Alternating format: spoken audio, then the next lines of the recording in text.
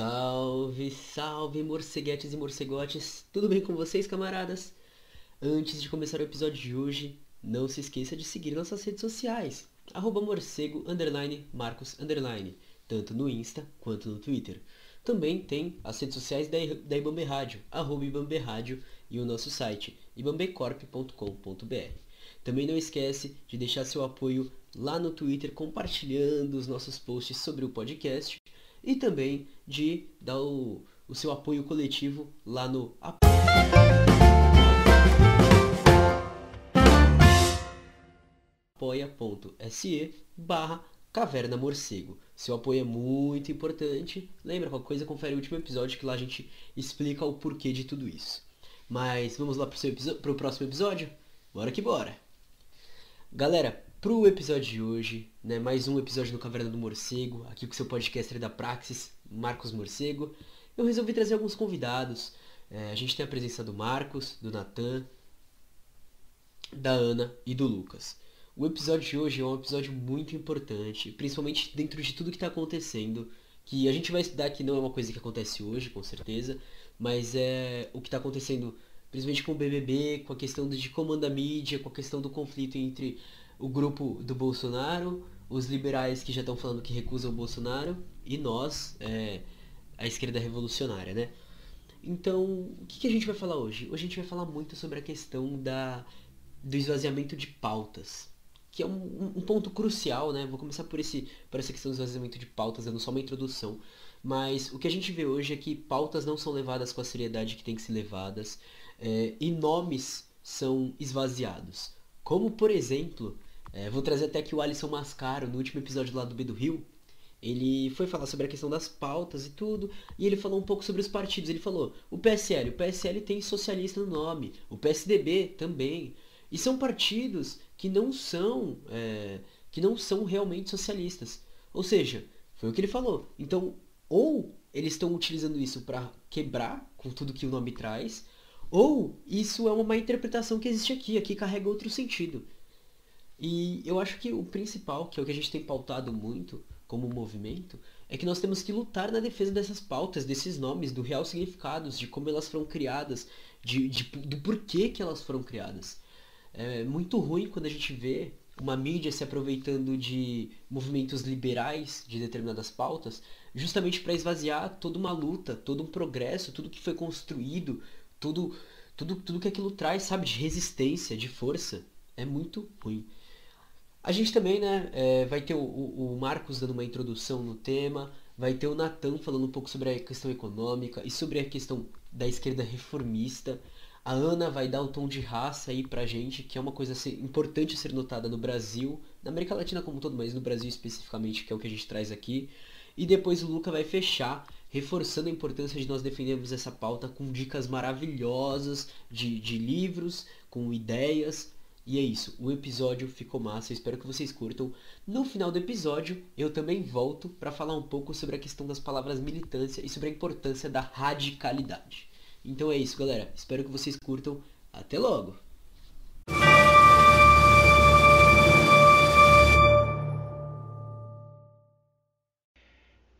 Oi gente, meu nome é Marcos Gabriel, eu tenho 18 anos, sou graduando em História pela Universidade Federal da Bahia, sou principiante nos estudos marxistas e atualmente estou me inserindo nas fileiras da UJC. Estou aqui para introduzir essa conversa, que está cheia de gente maravilhosa, incrível, falar um pouquinho sobre ideologia dominante, pois esse próprio esvaziamento e banalização de debates, movimentos e termos também pode ser compreendido como expressão dessa ideologia dominante, é a expressão da ideologia conservadora capitalista. Ideologia é um termo que está na boca do povo de uns anos para cá, utilizado principalmente pela direita brasileira como adjetivo pejorativo e que busca sempre deslegitimizar discursos e atitudes radicais ao mesmo tempo que se coloca num lugar de neutralidade, num lugar natural.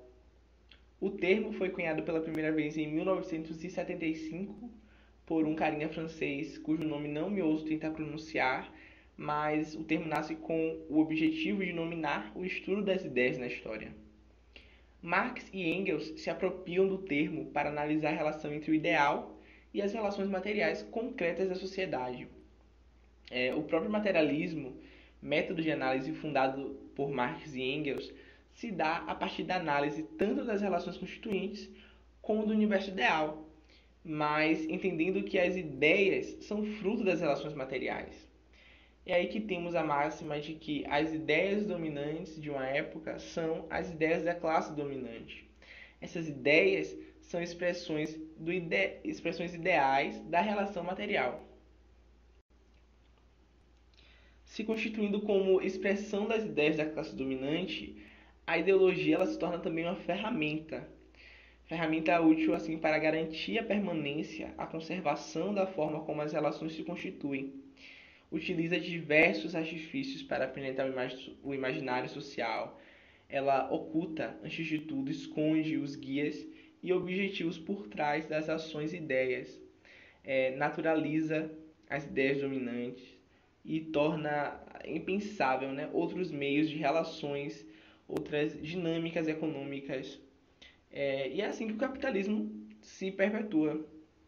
Por isso que, para a grande maioria da sociedade, por exemplo, é insanidade tentar pensar num outro sistema de ordem social, tendo em vista que o atual sistema punitivista, o atual sistema carcerário punitivista, não tem eficácia, não se mostrou eficaz e, além de não ser eficaz, serve como aparelho de violência, controle e marginalização de pessoas que já são oprimidas e marginalizadas. Por isso que o marxismo, o socialismo, o comunismo são movimentos tidos como malucos também, frutos desse pensamento de que, para além do capitalismo, nada pode dar certo e de que o capitalismo é a maior expressão da natureza humana. A ideologia já penetrou o imaginário social e já naturalizou o capitalismo, já naturalizou as violências causadas pelo capitalismo, a exploração causada pelo capitalismo. E a partir desses pressupostos, entende-se que a ideologia ela opera como justificativa, defesa das formas e estruturas sociais já existentes. Mas como é que essa ideologia penetra o imaginário social, né? Como é que ela se torna dominante? Quem é o porta-voz da classe dominante, da burguesia? Quem é que dissemina as ideias e vontades da burguesia? De acordo com o pensamento de Marilena Chauí, se acima nós temos a classe dominante, a classe burguesa, e abaixo temos a classe proletária, temos uma classe intermediária aí, a classe média, né, o próprio nome já diz, que vive constantemente penetrada tanto pelo anseio desesperado de se tornar capitalista e de se tornar uma classe dominante burguesa, quanto pelo medo de se igualar à classe explorada, da qual inclusive está mais próxima, né? E assim a classe média se posiciona como extremamente conservadora e reacionária, pois sabe que a partir do momento que houver qualquer movimentação revolucionária que parta da classe trabalhadora, seu estado atual estaria em risco. Suas chances de subir na hierarquia do sistema capitalista estariam findadas. A classe média é a mesma que controla, por exemplo, a grande mídia, o cinema, que domina os meios educacionais da atualidade. E a classe média, portanto, é a mão e o meio de disseminação da ideologia burguesa. Assim, é importante a gente pensar nesses espaços de luta, pensar como a ideologia burguesa penetra nos mais variados espaços e valorizar, disseminar o pensamento autônomo, o estudo autônomo, o despertar do senso crítico, né? Precisamos pensar a escola, por exemplo, como um espaço de luta, de disputa de poder. A mídia, da mesma forma, como um espaço de disputa de narrativas. Desnudar a ideologia dominante nas ações, nas notícias, nos discursos. Pensar, questionar por que quando um jovem preto periférico é encontrado com uma pequena quantidade de droga é tratado como traficante por grandes jornais, mas quando um jovem branco é encontrado cultivando grandes quantidades de maconha, por exemplo, é tratado como estudante que cultiva, sabe? São discursos que penetram o imaginário social e naturalizam a violência, estigmas sociais que já decaem sobre a população negra, por exemplo, nesse caso, mas que naturalizam essa violência causadas pela exploração capitalista e pelas opressões que se alinham ao sistema. É importante a gente se posicionar, né, e disputar realmente esses termos que estão sendo banalizados, expor o fundamento das lutas que estão sendo banalizadas, tentar a todo custo trazer à tona o sentido real das coisas.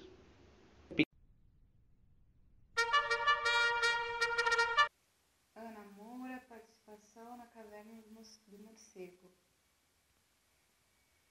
Então, primeiramente, eu gostaria de agradecer a participação aqui no podcast.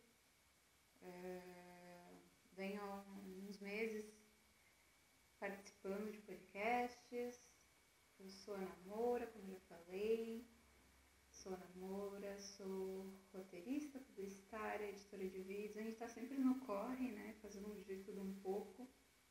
Também sou podcaster, tenho um podcast de cultura pop, onde a gente comenta este mundo todo, na verdade. Hoje em dia eu acho que não tem muitas essas divisões, mas a gente tenta falar a partir aí das coisas que por muitas vezes são vistas como besteira, mas na verdade também fazem parte dessas ideologias aí que o nosso colega estava falando agora há pouco.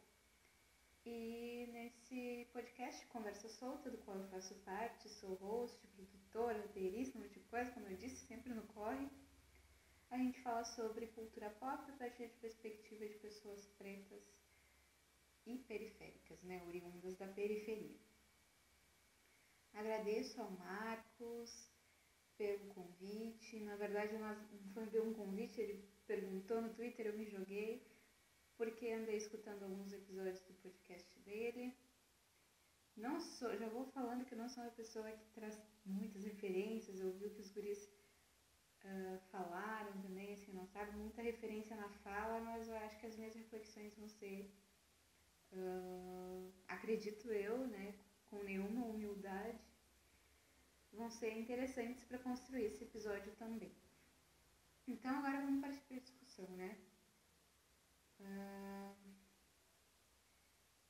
Como eu disse, eu trabalho com roteiro, com audiovisual e sempre estudei isso. Acho que quando você é preto no Brasil e gosta de televisão, de cinema, e tem nessas áreas de crescimento profissional, metas profissionais nessas áreas, você precisa se situar e buscar entender. Então, na minha trajetória, que não é acadêmica, ela é do corre, do fazer mesmo, eu busco ler, entender, fazer esses recortes e essas transversalidades a respeito dos temas, né?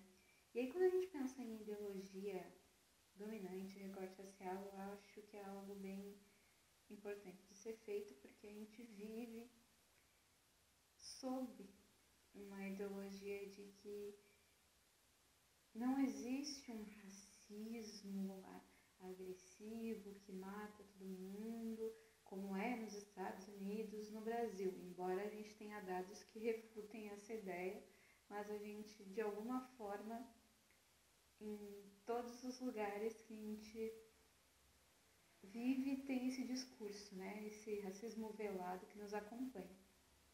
Então, quando a gente faz uma relação entre ideologia, raça, discurso e mídia, quando a gente para pensar nessas questões de forma interseccionalizada, é impossível não ver os diferentes meios da comunicação, das mídias, como ferramentas de manutenção dessas ideologias, né? E aqui eu trago uma fala, eu disse que não ia trazer referências, mas aqui eu trago uma fala da Angela Davis, que ficou conhecida há um tempo atrás, quando ela veio aqui ao Brasil, em uma das muitas vezes que ela veio ao Brasil, que ela teve uma experiência com a televisão que ela estava vendo no seu quarto de hotel, e a partir daquilo, observando as imagens, as pessoas presentes em todos os canais que estavam sendo oferecidos ali, ela não viu o Brasil que ela conhecia, dos eventos que ela ia, das ruas por onde ela andava, né? Não era um Brasil, a cara do Brasil como é E não é necessário uma legisladez falar isso quando você olha para um filme brasileiro, para uma emissora, né? Não tem como não falar da Globo, para as novelas, para as peças, para as pessoas de maior destaque mesmo na cultura e tal. E não vê essa diferença para a população. E aí a gente passa a pensar o porquê disso e o que isso, qual o papel disso nessa manutenção. Não cheguei a construir essa teoria, eu acabei não seguindo, como eu disse, o caminho, ainda não segui o caminho acadêmico, eu já sou graduada, mas não pretendo tão cedo voltar para a academia. Mas ainda na faculdade eu trabalhei um texto por minha conta, porque isso também é uma luta na faculdade também,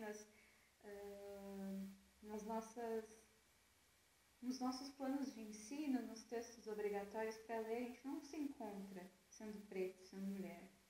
A gente não se encontra nas leituras obrigatórias enviadas pelos professores e professores, né? A gente tem que buscar, nessas buscas de fazer essas intersecções, a maioria dos textos que li e busquei para poder apresentar um trabalho fora da curva do que me era proposto, foi muito de mim, assim, né? De ir na biblioteca e pesquisar raça e cinema, raça e jornalismo, raça e publicidade, né?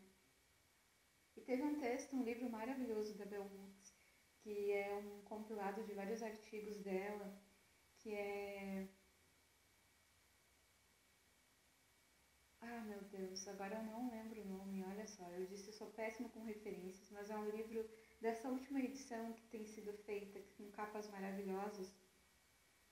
Mas nesse livro da Bell Hooks ela fala algo sobre uma cegueira cultural, né? Ela dá a entender sobre uma cegueira cultural. E aí isso de alguma forma me fez lembrar o ensaio sobre a cegueira, que é uma cegueira branca, né? E aí em que as pessoas só veem tudo branco. E num trabalho da faculdade fiz essa relação com a publicidade, mas a gente pode colocar aqui qualquer outro meio midiático, né? Como uma ferramenta, como um meio de manutenção dessas ideologias, de todas as ideologias possíveis, mas pensando em raça, essa ideologia de que todos somos brasileiros, de que a mestiçagem é algo positivo, que não existe... e que também o preto é ruim, ser preto é agressivo, esses usos e tal. E aí a gente vê, de uns tempos pra cá, a partir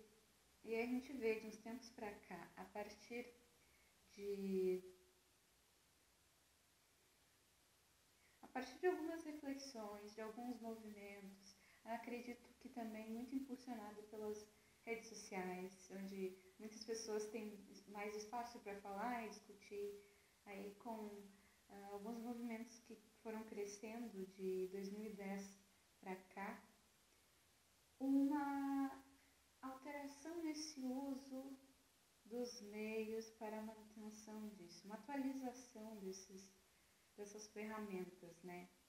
Que é a inserção nas mídias, em algumas mídias, de discussões, e aqui eu estou fazendo aspas, vocês não podem ver, mas de discussões sugadas, capturadas de estudos e pautas que são muito mais aprofundadas para meios de comunicação. Né? Aí quando a gente pensa em meios de comunicação, são os filmes, são os canais de televisão e etc. A gente percebe uma maior representação nesses espaços, discussões são levadas para programas matinais. Então, no café da manhã você pode estar ouvindo alguém falar sobre raça e gênero, mas não da forma não com a intenção de promover realmente uma revolução, uma mudança, mas sim com a intenção de atualizar as formas de manutenção dessas ideologias, né? Então a gente vê, por exemplo, no encontro com a Fátima,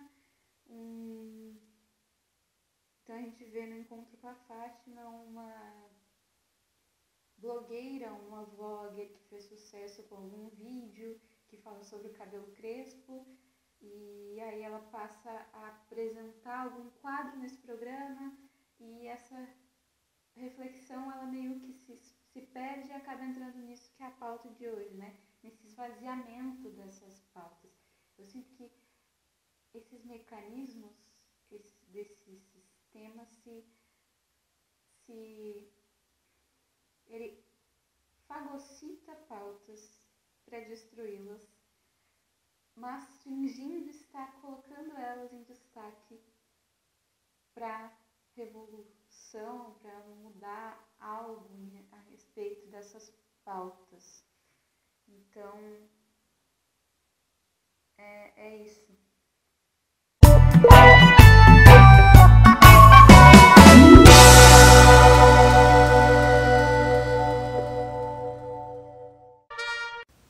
Fala galera, eu sou o Natan, sou integrante do coletivo Clóvis Moura, pós-graduando em Economia.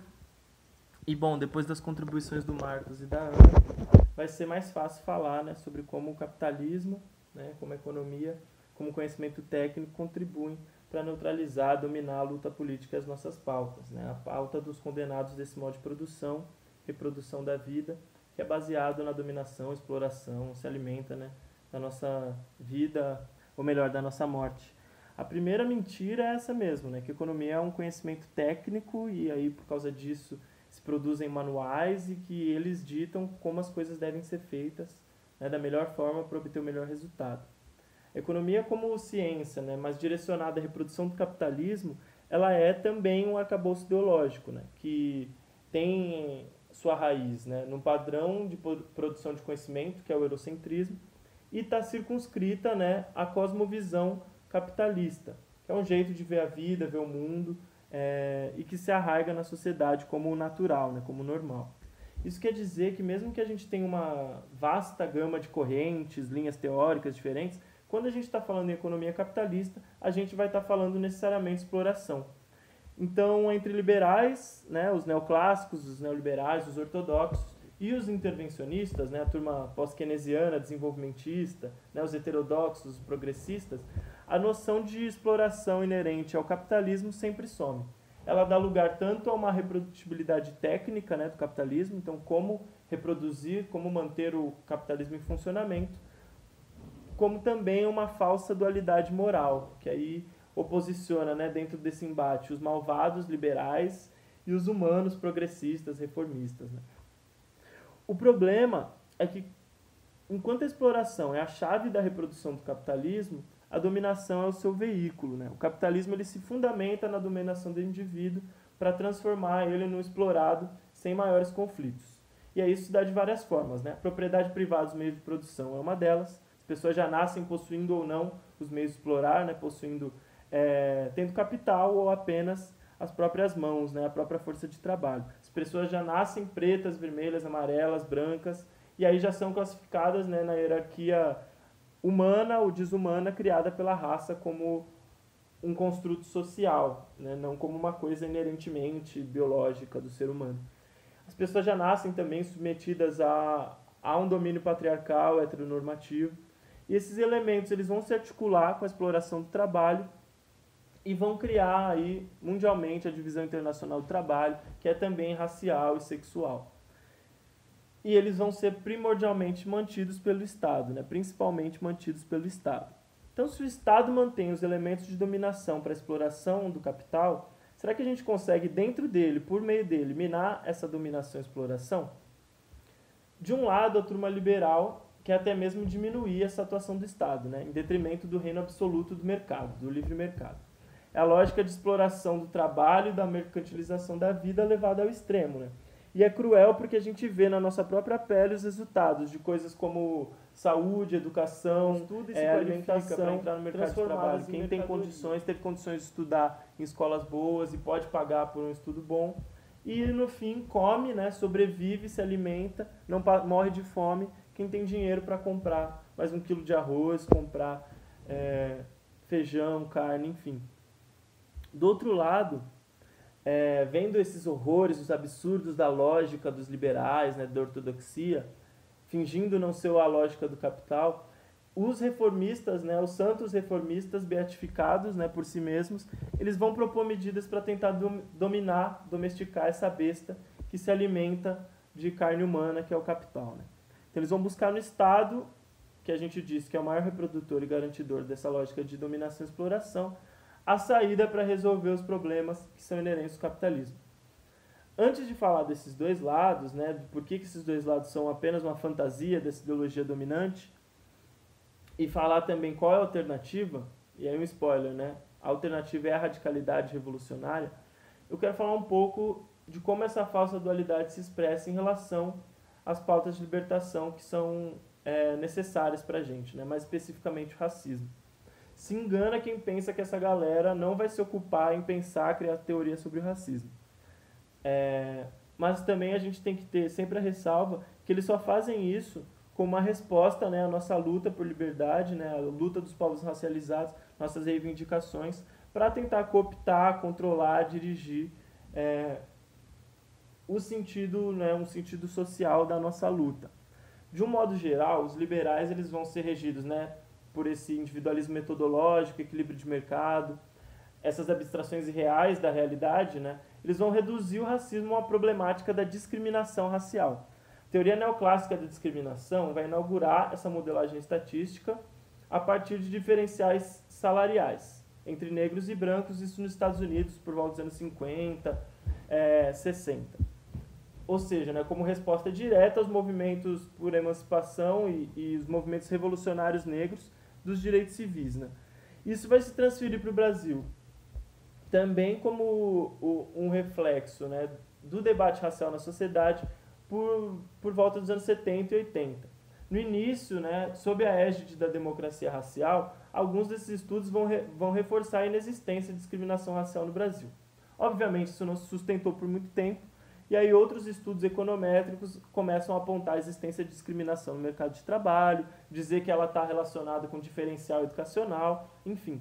O que parecia um avanço, né, desse grupo, no entanto, ia manter os pressupostos absurdos, manter a discriminação como a proxy definitiva do racismo, então racismo é discriminação e ponto.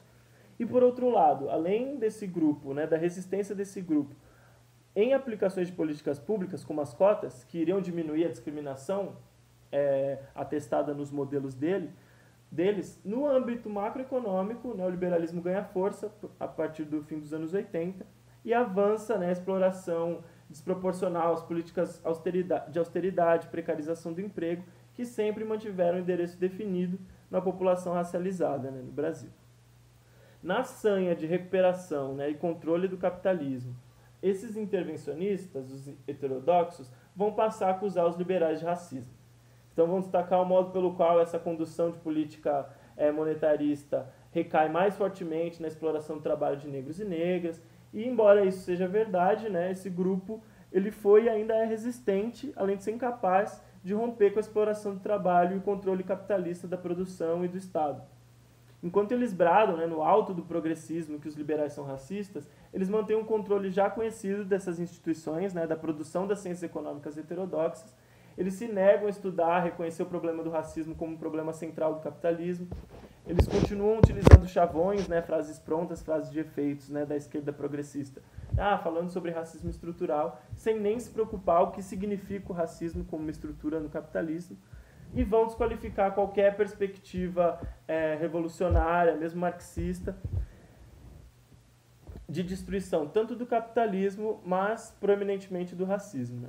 Seus clássicos, né, eles têm que permanecer intactos, não pode intocados, não pode criticar, embora eles sejam diretamente responsáveis por noções racistas da formação econômica do Brasil, como a passividade negra na luta de classes, ou o mito da autoexclusão dos ex-escravizados brasileiros do mercado de trabalho. As estruturas de poder de validação científica vão obedecer piamente o controle da branquitude. Então, há mesmo um pacto entre homens e mulheres brancas para que eles possam se manter pautando a esquerda, a ala progressista em paz. Nós, quando muito, a gente pode dividir esse espaço como cotista, né, como é meu caso, caso de alguns amigos, mas sempre mantendo subserviência, mantendo o padrão determinado do que é economia heterodoxa, o que não é, né, não pode fugir da linha.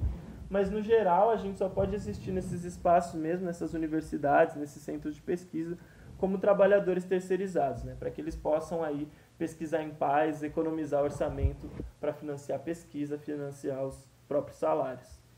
Então, sem me estender mais, qual é o caminho, né? Por que a defesa dessa rivalidade cordial entre esses dois grupos é mentirosa? O que essas duas correntes querem fazer parecer, é que elas têm uma posição absoluta, né? Elas são absolutamente diferentes e cada uma em si é correta. Na verdade, o objetivo último delas é sempre a manutenção do capitalismo, quer dizer, da dominação do capital sobre a produção, do trabalho assalariado, da existência do mercado, do dinheiro, enfim, da exploração do trabalho. Para isso, tanto uma como a outra necessariamente vão convergir em algum momento. Os governos do PT são um exemplo, quando, embora o discurso social e desenvolvimentista, né, tinha lugar, e aí políticas como Fome Zero, políticas habitacionais, enfim, ele nunca abriu mão de uma condição de política macroeconômica que é ortodoxa, né, que é o tripé macroeconômico, que é austeridade fiscal, controle inflacionário e controle dos juros, né, sempre andaram de mão dada com o sistema financeiro. Por outro lado, o governo do Bolsonaro, né, acabou aplicando com o auxílio emergencial uma política de transferência de renda, que antes de ser boa intenção ou preocupação se as pessoas iam passar fome ou não, foi uma política eleitoreira, né, em última instância, e uma medida intervencionista para evitar um colapso geral da economia de mercado. Quando eu dei o spoiler, né, que a resposta está na radicalidade revolucionária, eu quero dizer que a única saída é a destruição definitiva dessas estruturas todas de dominação e exploração. Né, da retomada, que só pode vir por meio da luta, da nossa humanidade, da nossa dignidade, da nossa capacidade de autodeterminação. É a destruição dos capitalistas, a destruição do Estado burguês, e enquanto isso só pode ocorrer, né, por via da revolução, as sementes desse processo revolucionário elas podem ser vistas todos os dias na nossa vida. Né? Quando cada aldeia indígena, assentamento, quilombo resiste, é a negação desse sistema. A cada greve, reivindicação, paralisação dos trabalhadores precarizados, a gente vê como se nega esse modo de vida. Né? Cada comunidade, favela que se juntou para evitar que o estrago da pandemia fosse grande, né, chamando ambulância, mantendo isolamento, impedindo que faltasse comida uns para os outros, é uma sementinha, né, dessa luta revolucionária. A gente não pode se enganar, na verdade, porque a classe dominante, os capitalistas, a branquitude, as mídias lacaias do capital, elas estão aí para pegar a gente, para destruir tudo isso que a gente está construindo, para transformar a nossa história, a nossa luta em fábula, em conto da carochinha, em exemplo de meritocracia, né, esforço individual, tipo, o cara conseguiu, então acabou o racismo, né? Nosso papel frente a isso é reverberar a nossa história, né, contar a nossa história, a nossa narrativa por nós mesmos, é manter uma luta sem a tutela da burguesia, negar a política da ordem, né? Esses políticos se dizem, deputados se dizem socialistas, comunistas, de esquerda, mas estão mais dispostos a fazer acordo com a direita do que ouvir e lutar junto com quem elegeu eles, né? As pessoas estão morrendo pela mão do Estado, morrendo de fome, e agora morrendo sem ar na pandemia, né? Sem oxigênio. Enfim, a nossa maior radicalidade é sobreviver, né? Viver mais um dia para continuar essa luta, para quebrar, nem que seja um pouco, mas para quebrar essa máquina que se alimenta de gente, né? E se alimenta da nossa gente.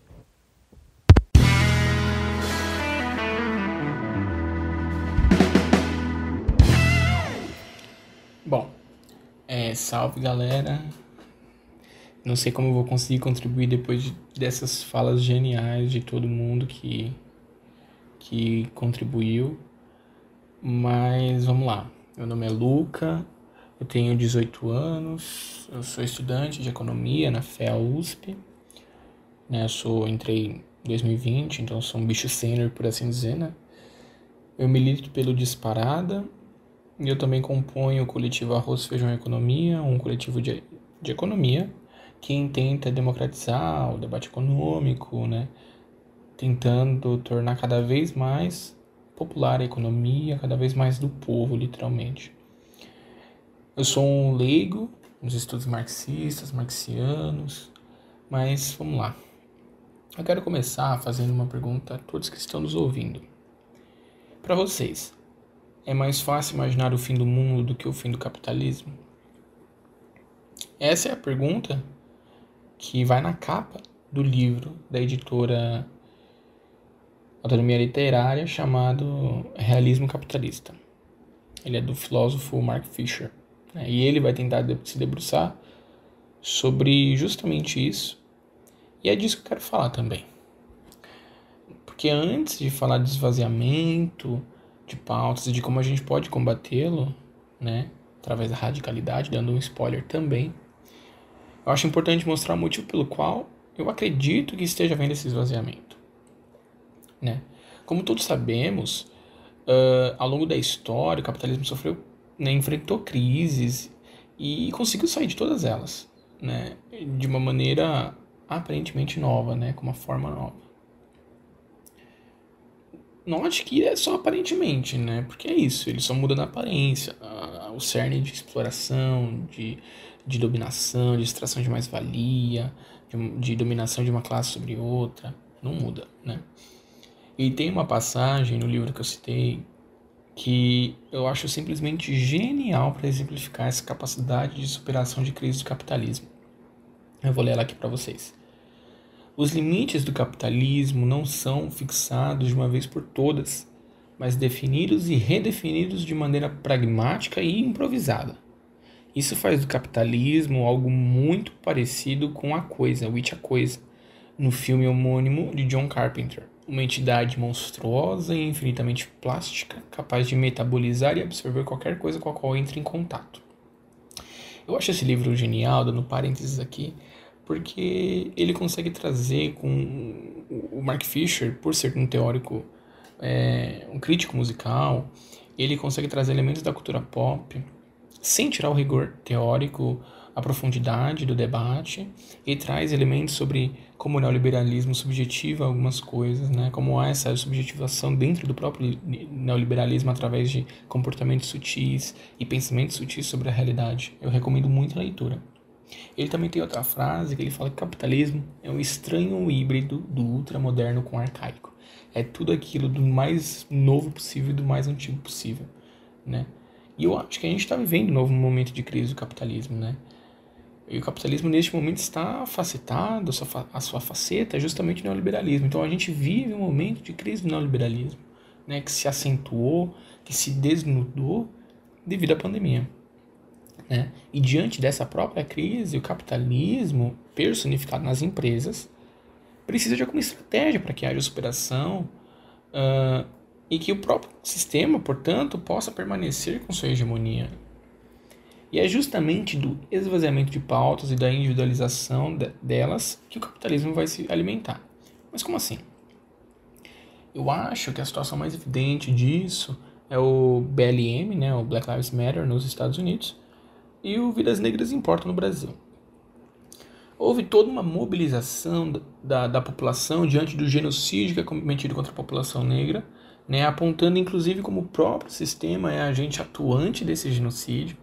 E diante de tudo isso, houve uma imensa discussão, né, sobre o que seria o racismo estrutural. A gente teve figuras como Silvio Almeida aqui no Brasil, falando sobre isso, né, como combatê-lo e etc.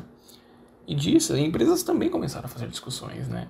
Foram implementando medidas paliativas, como o programa de trainee do Magazine Luiza, né? Discussões foram levantadas da importância da eleição da Kamala Harris, né, recentemente, etc. No entanto, para além do fato de individualizar as pautas, né, então quando a gente para e vê o programa de trainee, a gente pode identificar uma defesa de uma meritocracia, como assim, tipo, se aquela pessoa conseguiu, eu também posso, se eu me esforçar, eu consigo, e etc. A gente sabe que não é bem assim, né? Além disso, a gente também tem, por exemplo, o caso da Kamala Harris, no sentido de que nos anos 90 teve uma uma lei que teve coautoria do Biden, que a Kamala Harris, implementou ela de uma maneira excepcional, vamos falar assim, negativamente, óbvio, porque, enfim, trouxe um encarceramento em massa nos Estados Unidos, que, como a gente sabe também, recai sobre a população negra. Então, ela foi justamente responsável por encarceramento da população negra dos Estados Unidos, né? Fora, enfim, essa falsa dicotomia de que, por exemplo, o Biden vai ser um anjo e tal, a gente já sabe como que está sendo já, inclusive, a política externa dele, né? Outra coisa que a gente se esquece de se perguntar uma coisa: qual que é a estrutura que sustenta o racismo? Qual é a estrutura que sustenta e intensifica o patriarcado, o machismo, a LGBTfobia, a xenofobia e todas as outras opressões, né? Qual é, inclusive, a estrutura que sustenta a própria destruição da natureza? Marx, né, para isso, Marx nos manuscritos econômico-filosóficos, se não me engano, define o que seria a infraestrutura e superestrutura, né? Para ele, as relações materiais e os meios de produção compõem a infraestrutura da sociedade, né, sobre a qual eleva-se como um edifício em cima de seu fundamento as superestruturas, compostas por mecanismos jurídicos, políticos, ideológicos, como Estado, religião, os meios de comunicação, a própria ideologia, a maneira de se pensar, a cultura. Então, são as relações materiais que determinam, entre aspas, a própria maneira de se pensar, né? Então, eu acho que é inclusive daí que o Marx fala na ideologia alemã que as ideias da classe dominante são, em todas as épocas, as ideias dominantes, né? Ou seja, é a estrutura que sustenta todas essas lógicas de opressão, né? A maneira de se pensar, enfim, né? A expressão dessas coisas é justamente o sistema capitalista, né? O cerne da expressão dessas coisas é justamente o sistema capitalista. Por isso a importância da radicalidade, do anticapitalismo. Por isso que a gente é comunista. Porque para além de simplesmente tomarmos espaços enquanto defesa de representatividade, a gente deve romper com lógicas opressoras, né? E para isso eu quero me valer de um pensador que, para mim, ele é simplesmente genial, assim, o Antônio Gramsci, né?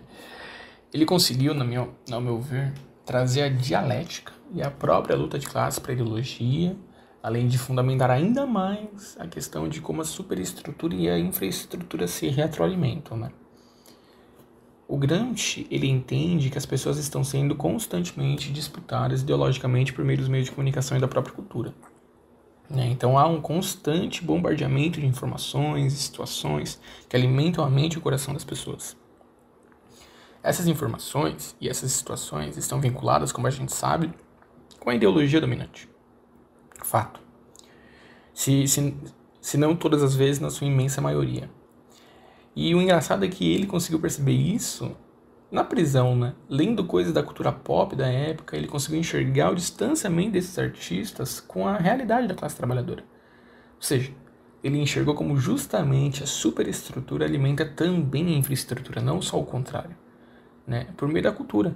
Porque a partir da superestrutura, as próprias pessoas conseguem perpetuar o capitalismo, né?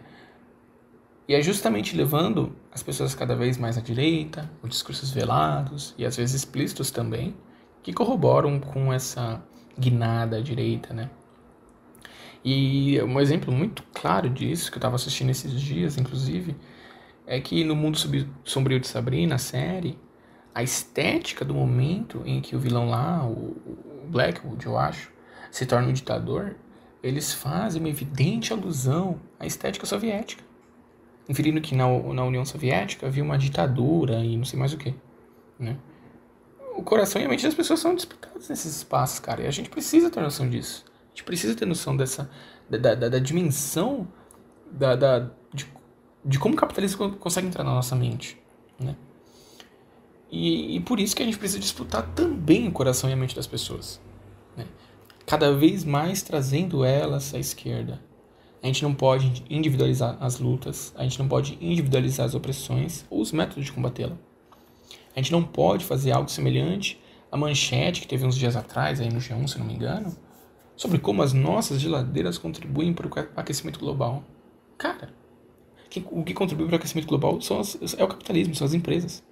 É a tríade que o Marx falava lá no Capital, nas notas de rodapé, a tríade da produção capitalista. A superprodução, a superpopulação e o sobreconsumo. Essa é justamente a causa dessa destruição da natureza. Então, a gente precisa coletivizar as lutas. A gente precisa nos organizar coletivamente e nos organizar com propostas realmente radicais e revolucionárias. Até porque, como diz Paulo Freire, eu acho que nas primeiras palavras do Pedagogia do Oprimido, a radicalização é própria do revolucionário. Então, para ser revolucionário, pressupõe-se radicalidade. E é justamente elas, ao contrário do que a sectarização é, né? Porque ele fala que a sectarização é castradora, que ela limita a luta, a radicalidade é criadora e libertadora. Cria coisa, ela não é reativa, ela cria. E ela é libertadora justamente por conta da criticidade, né? A gente precisa nos comunicar coletivamente com os nossos vizinhos, né? A comunicação política é extremamente importante, gente.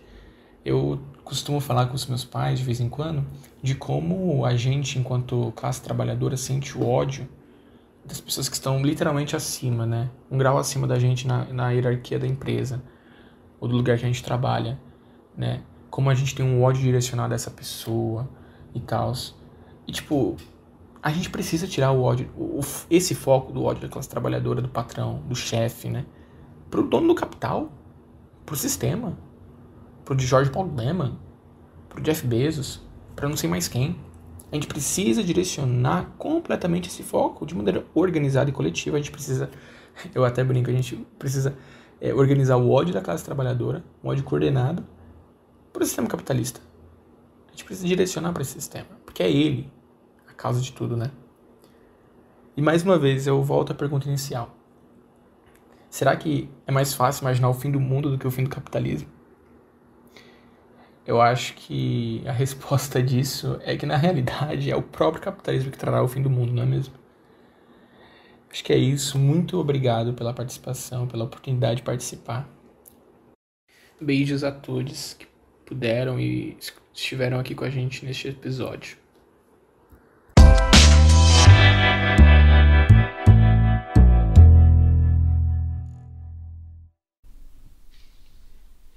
Bom, pessoal, aqui voltando depois de ouvir essas vozes maravilhosas falando coisas tão importantes. Eu acho que tudo que foi trabalhado até aqui foi crucial. E eu só queria dar uma complementada, né? Sobre a questão da palavra militância especificamente, em primeiro lugar. Porque é muito fácil a gente trabalhar com alguém que fala sobre determinada coisa como militante.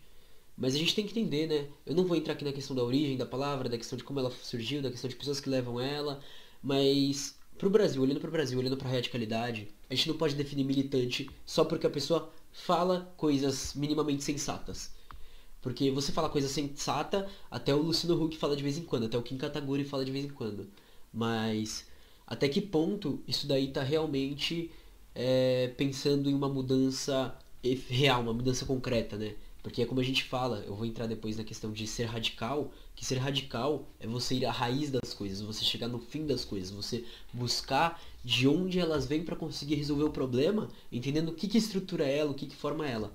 Então assim, é muito fácil, por exemplo, quando começou o BBB, teve uma pessoa lá que foi chamada de militante e tudo, só que ela não fazia a atividade militante, porque pra você ser um militante, a gente tem que entender que alguém que não... Pra fora de correr os riscos que a sociedade capitalista já produz, porque isso, todas as minorias sofrem esse risco, né? Mas aqui a gente fala de uma questão de você correr risco por exercer esta questão de perseguição, de redes sociais, de tudo, e por uma escolha ideológica, entendeu? Porque, por exemplo, a pessoa que se diz comunista atualmente, ela corre o risco de não conseguir fazer um trabalho, de não conseguir ter um trabalho, aí vai pro YouTube, vai, por exemplo, eu aqui nos podcasts e tudo. É muito fácil de ver como as redes diminuem a acessibilidade, a visibilidade, é uma loucura, é muito perceptível isso. E aí você olha e você fala, por quê? E aí você olha e você fala, tem a palavra marxismo no título, os que não tem mais alcance, aí você olha e você fala, porra, não é possível, mano. Mas porque é assim que as redes funcionam. Saiu um vídeo do Normose falando um pouco sobre isso, quem quiser dá um chegue lá também. E aí, no meio de tudo isso, que a gente tem que entender que ser militante não é só você falar sobre uma causa, mas é você defender essa causa, é você se organizar para defender essa causa e é você ir contra a lógica vigente. Então, atualmente, o que o movimento da esquerda radical vai defender como militante é a pessoa que se organiza. Não necessariamente precisa ser marxista, porque, por exemplo, os anarquistas, eles são militantes, eles têm toda uma história rica em militância. Então, por exemplo, o Lucas, dele tá ocupando escola, procurando o não fechamento, procurando melhor investimento, procurando a real atenção que uma escola pública deve ter. Isso é militância. O cara tá ali dando cara a tapa, tá ligado?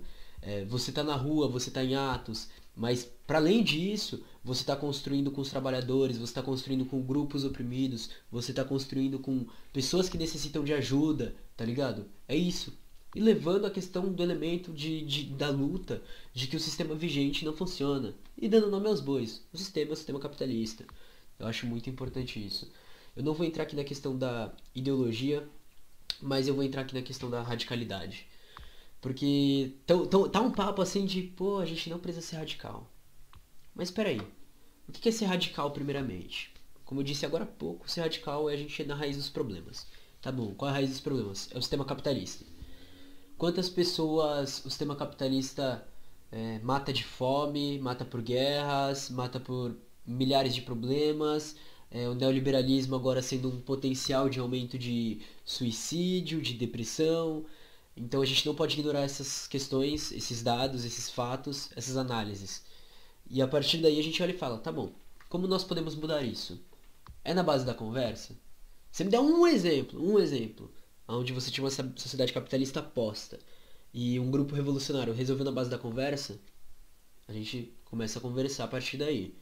Mas todas as experiências que eu conheço foram experiências que precisaram da violência revolucionária. E a gente tem que entender que é tipo assim, a gente tem 23 pessoas negras, 23 homens negros morrendo. E aí a gente tem que pensar assim, a gente tem um homem negro morrendo a cada 23 minutos. Então, tá tudo bem? Tipo, a gente não tem que agir violentamente para reverter isso, a gente tem que deixar. A questão do que está sendo feito de desmonte desse governo pelas agências liberais contra a educação, contra a saúde, do grande mercado, o nome mercado que defende o Bolsonaro que... Tá entendendo a ligação disso? Como o Nathan trouxe a questão econômica, com a questão do grupo conservador que é apoiado pelo liberalismo. E aí a gente pode voltar pro Rô falando sobre Estado, eu falando sobre Bonaparte, e toda essa construção que existe de que o mercado, quando ele precisar de crescimento e ele não puder dentro das estruturas vigentes, ele vai correr para governos protofascistas, para governos extremamente conservadores. A gente não pode se enganar dizendo que não, mas o centro ali tá neutro e tal. O centro tá neutro, então por que eles estão apoiando o candidato do Bolsonaro na Câmara? Sabe? Todas essas coisas são muito importantes serem levadas em conta. Eu acho que aqui já ficou o suficiente pra gente pensar. Eu acredito que eu não tenha muito mais a acrescentar nisso. Eu só espero que vocês pensem, que, sabe, tipo, levem isso pro coração, todas as reflexões que foram deixadas aqui pelos camaradas, que passem a palavra adiante, que busquem as referências que eles trouxeram, sabe? E que a gente consiga continuar construindo coletivamente e que a gente se radicalize, sabe? No sentido que Paulo Freire traz da violência revolucionária como, não como uma violência, mas como uma contra-violência, como um único modo de parar a violência que está todos os dias presente na nossa vida, que tudo se torna violento. Você assistir um programa de TV pode ser danoso para sua mente, pode acionar gatilhos, pode trazer diversas coisas horríveis. A tornar as nossas vidas espetáculos, tornar a nossa dor espetáculos e tornar negócio, sabe? É muito importante a gente entender tudo isso. E, bom, pra quem quiser ver um pouco mais sobre isso, eu tenho tudo no meu Twitter. Porque eu tô sempre postando lá e eu trato muito porque uma das coisas que eu prego, eu vou terminar o episódio falando disso, é a luta contra a hegemônica. Assim como o Gramsci traz a questão da mídia, a questão de ideologia, a questão de lutar contra a ideologia presente agora, que é a ideologia burguesa. E a gente tem que, pra mim, no meu entender, começar pela cultura que se expressa na sociedade, ou seja, pela educação, pela arte, pela música, pelo lazer, tá ligado? Eu não acredito que a gente tenha que começar no parlamento, eu não acredito que a gente tenha que... Acho que a gente pode chegar pela cultura. A gente como base, é lógico, não tô falando aqui dos parlamentares também, porque eles têm que estar lá também. Só que se eles ajudarem a gente a conseguir construir essa questão cultural, que a gente já pode fazer, que a gente pode estar todo dia, o projeto do Galo, que inclusive vai estar daqui a um tempo aqui no canal, hein? Fiquem atentos, vai estar aqui no podcast, que ele tá lá com a Nação dos Trabalhadores, ou o projeto do Teia dos Povos, que tenta colocar a soberania alimentar e a soberania do povo dentro de determinada região como principal, a questão das ocupações anarquistas, marxistas, secundaristas, dos grupos LGBTs, sabe? De todos esses elementos como potência, como um ponto inicial que a gente tem que dar força, a gente tem que apoiar para a partir dali a gente começar a construir diretamente com o povo. E a partir do povo, adquirindo consciência de classe, tendo seu entendimento, se entendendo dessa estrutura, se reconhecendo, tudo vai fluir da forma que... não que deveria estar fluindo, né? Porque eu não sei se deveria, não sei se é o momento, mas com certeza vai fluir de uma forma melhor, de uma luta onde a gente consiga mais força, a gente consiga mais corações, sabe? Porque também não é uma questão de revolucionar por revolucionar. É um bagulho que exige amor, é um bagulho que exige o ódio de classe, mas o amor pelas pessoas, o amor pela humanidade acima de tudo, e também pelos animais, pela natureza, todos esses elementos. Eu acho que eu já me estendi aqui, comecei até a viajar dando uma pitada de coisas que vão vir nos próximos episódios. Mas é isso, se você gostou, não esquece aí de divulgar, de mandar pra geral, mano. Pai, mãe, tia, tio, vó, vô, primo, prima, amigos, parentes, todo mundo. Manda pra geral, faz chegar em todo mundo, mano. A gente precisa potencializar nossas vozes. Não esquece também de seguir a gente. @Marcelo _ Marcos _ falando mais uma vez, também na Ibumbe Rádio. Eu vou deixar o link do perfil de geral, do Twitter de geral, aí abaixo, tá ligado? Os projetos deles, eles já falaram onde eles estão, onde eles estudam, o que eles estudam, então qualquer coisa volta um pouquinho aí. E bom, galera, por hoje é só. Não esquece também do apoio coletivo, pelo amor de Deus, é o que vai sustentar esse canal daqui a um tempo. Por enquanto a gente tá dando um jeito, mas tá puxado, porque é trabalho, né? Trabalho, é leitura o tempo todo. E se vocês quiserem temas específicos, manda no Insta, manda no Twitter. A gente tá aí pra tudo isso, tá ligado? Muito obrigado pra você que ficou até aqui. Só tenho a agradecer, espero que vocês tenham gostado.